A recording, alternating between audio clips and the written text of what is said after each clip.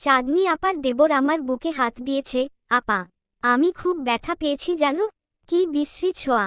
7 বর্ষীয় ছোট বোনের মুখে এমন বিশ্রী একটা কথা শুনতেই শরীরটা শিরশির করে কেঁপে উঠল চিত্রার। ঘর্মাক্ত মুখখানার আগে লালবর্ণ ধারণ করল। বোনের দিকে দৃষ্টি দিতেই দেখল ছোট্ট মেয়েটা ভয়ে কেমন গুটিসুটি মেরে আছে। তাড়াতাড়ি বোনকে নিজের হাতের আজলে আগলে নিল সে।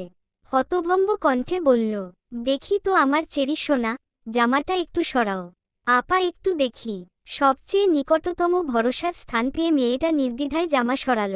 জামা সরাতেই আঁতকে উঠল চিত্রা। কেমন লাল হয়ে গেছে মেয়েটার সাদা ধবধবে চামড়াটা। কি ভীষণ বিশ্রীভাবেই না ছুঁয়েছে এতটুকু বাচ্চাটাকে। ভাবতেই ঘৃণায় টইটম্বুর হয়ে গেল চিত্রার শরীরের প্রতিটি শিরা উপশিরা। খ্যাপে উঠল সে। অথচ বাড়ি ভর্তি এত মানুষ। ঝোঁকের বসে কিছু করে বসলে তার খেসারত না আবার ছোট চেরিকে দিতে হয়। বিরক্ত, রাগ দুটো অনুভূতি মিলেমিশে একাকার হয়ে যখন তারা চিহ্ন ইন্দোল তারা চিহ্ন শুরু হলো চিত্রার মস্তিষ্কে, তখন বাহির থেকে তার ডাক পড়ল। আজ তার বড় বোন চাঁদনির গর্ভকালীন সময়ের 7 মাস পূর্ণ হওয়ায় ছোটখাটো একটা অনুষ্ঠানের আয়োজন করা হয়েছে।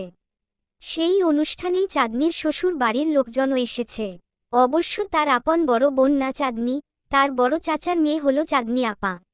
আর ছোট্ট চেরিও তার আপন বোন না, তার ছোট চাচার মেয়ে হলো চেরি। চেরির পূর্ণ নাম হলো তোফা, কিন্তু আদর করে সবাই বাচ্চাটাকে চেরি বলে।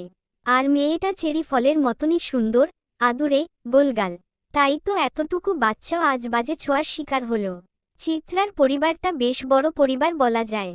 চিত্রার মা বাবা, বড় চাচা চাচি, ছোট চাচা চাচি, চিত্রার আপন বড় ভাই তুহিন, বড় চাচার ছেলে জন দিহান আর ত্রিশান, ফুপি আর ফুপির একমাত্র ছেলে বাড়ির সবচেয়ে ছোট সদস্য অনয়, চেরির আরেকজন বড় বোন যে চিত্রারও বড় ওহি আপা এবং চিত্রা নিজে। চাঁদনিও বড় চাচার মেয়ে, কিন্তু তার বিয়ে হয়েছে বিধায় তাকে এই পরিবারের দলে আর টানা হয় না, কারণ সে এখন অন্যের ঘরের। একমাত্র চাঁদনির বিয়ে হওয়ার ফলে এত বড় পরিবারে একজন মাত্র সদস্য কমেছে। আপা, আম্মু শুনলে তো আমায় বকবে তাই না? আম্মু তো বলে দুষ্টুমি করতে না, এত অচেনা কারো সাথে খেলতে না। আমি কিভাবে জানবো ওই ভাইয়াটা আমাকে চকলেটের কথা বলে এমন ব্যথা দিবে? আমি আর দুষ্টুমি করব না আপা। চেরির এমন অসহায়ত্ব দেখে বুক ভার করে কান্না এলো চিত্রার। বয়ঃসন্ধির বয়স তো, তাই আবেগের স্রোতে কান্নাটাই আসে প্রথমে। কিন্তু সে কাঁদবে না মেয়েটার সামনে, তাহলে মেয়েটা আরও বেশি ভয় পেয়ে যাবে। কণ্ঠনালীতে আটকে থাকা কান্নার স্রোতটা গিলে ফেলল চিত্রা। খুব কষ্টে মুখে হাসি হাসি ভাব ফুটিয়ে বলল, কেন খেলবে না তুমি? হ্যাঁ, অবশ্যই খেলবা।